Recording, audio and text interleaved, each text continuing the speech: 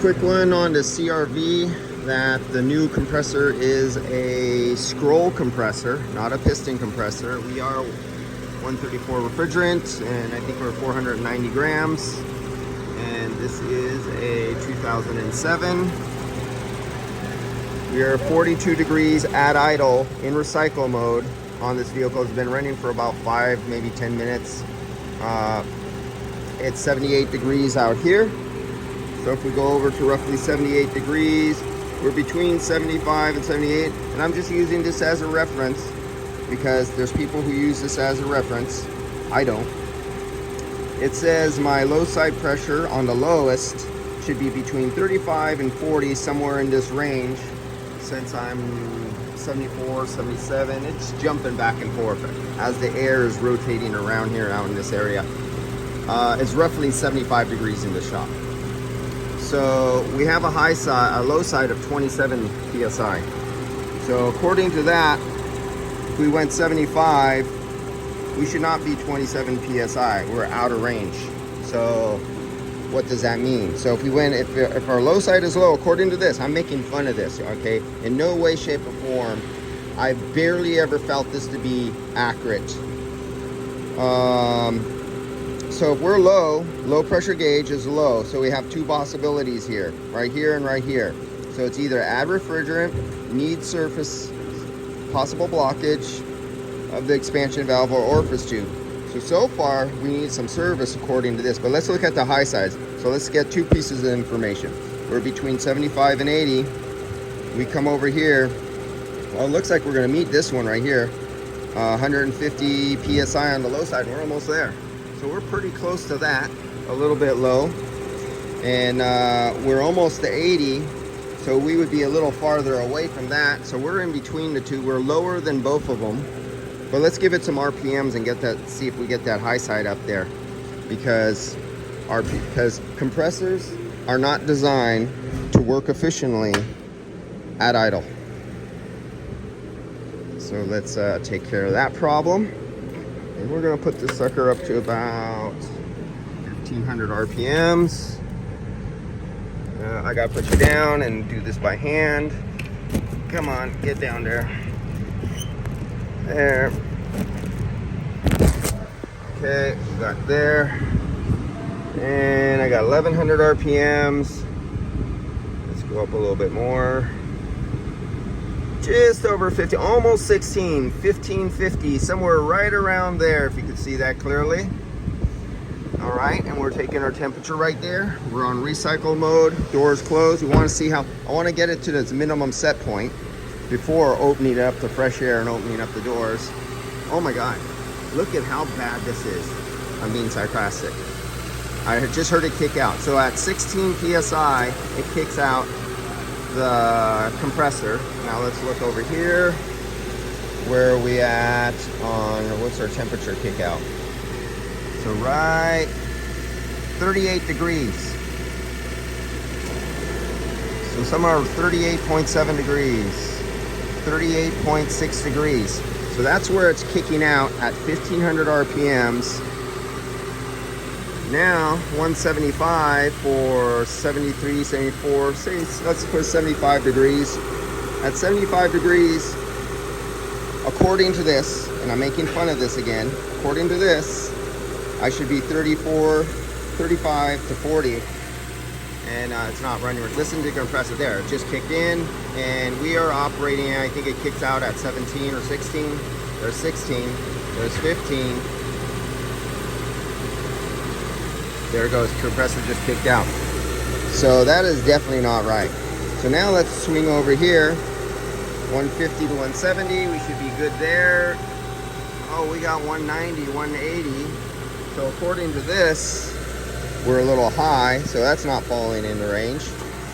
Now let's put this thing under a load. Let's open up the doors.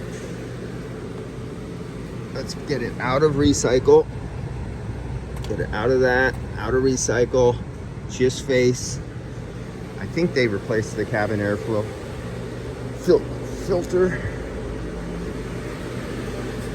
Let's get this cold air out of here, because we want this thing We want this thing with warm air in it. No back vent. Ooh, it's cold in there. It's cold all the way to the back.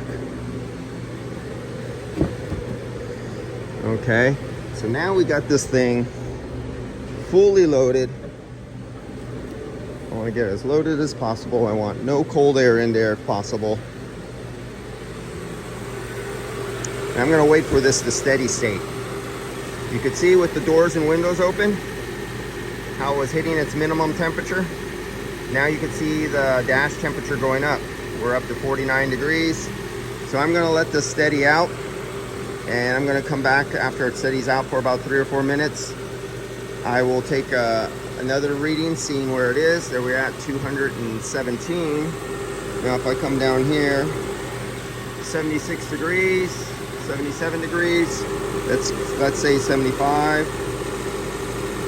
Oh, that's 222. That's above that. That's above that. But our high side is the low side. So in no situation, high RPMs, low RPMs. Windows closed on recycle, doors open on fresh air. Will it match this for this vehicle? And I could go to this vehicle and it'll be different. I could go to this vehicle, it'd be different. And I really know the Fisker is going to be way different than these other 3 cars. None of these cars will match this to a T, whether it's idle, whether it's high speed, whether it's doors open, doors closed, recycle, nothing. Every now and then, I think in the last month, I've been trying to find, and I put one vehicle up that matched this in the last month. After being completely recharged, brand new condenser and factory fill, one car matched this. That is how inaccurate this is. And I'll see you guys later. And it looks like we're almost steadied out here. It's taking in this temperature air, which the true temperature is not right there.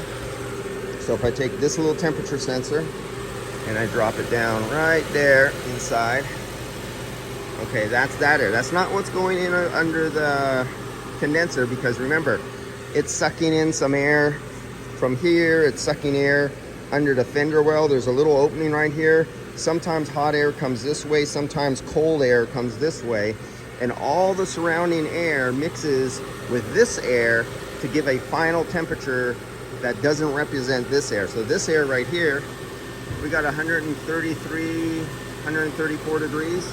Now, do you think that 133 degrees air is actually getting to the evaporator?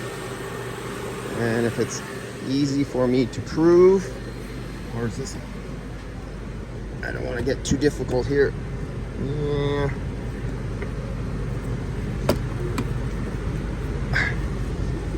Come on. There we go. Can I get there easy?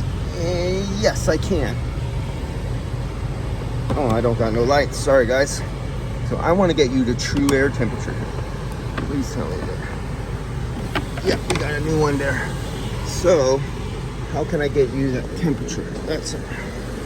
So what we're going to do, we're going to grab this. We know that's 133. Oh, we timed out. We know that's 133 degrees getting sucked in right there. This will be different on all cars. So this is where the little wire one, you know, one made out of a wire like that with the thermistor, can fit right here and go right inside there. But I'm not using that right now. We're gonna, and I'm not gonna push this whole thing back inside there like I do in other videos, but I'll get somewhat back inside there. Get that one side closed. As you can see, it's almost perfectly closed. So now we are getting the mixed air temperature. Let's see what's going over our evaporator for real.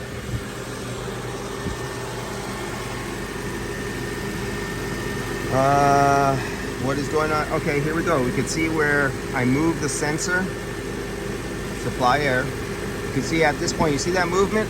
That's when I picked it up from here and I walked over.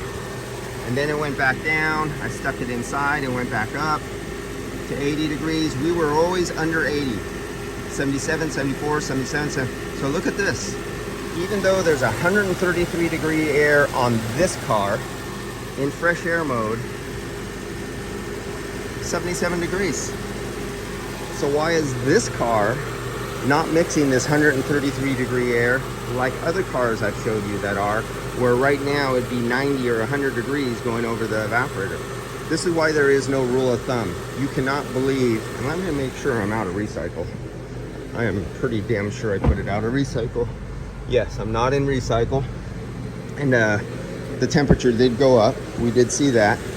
So on this particular car, it is not getting 100 degree air down there. Every car is different. All right, guys, I'll see you later.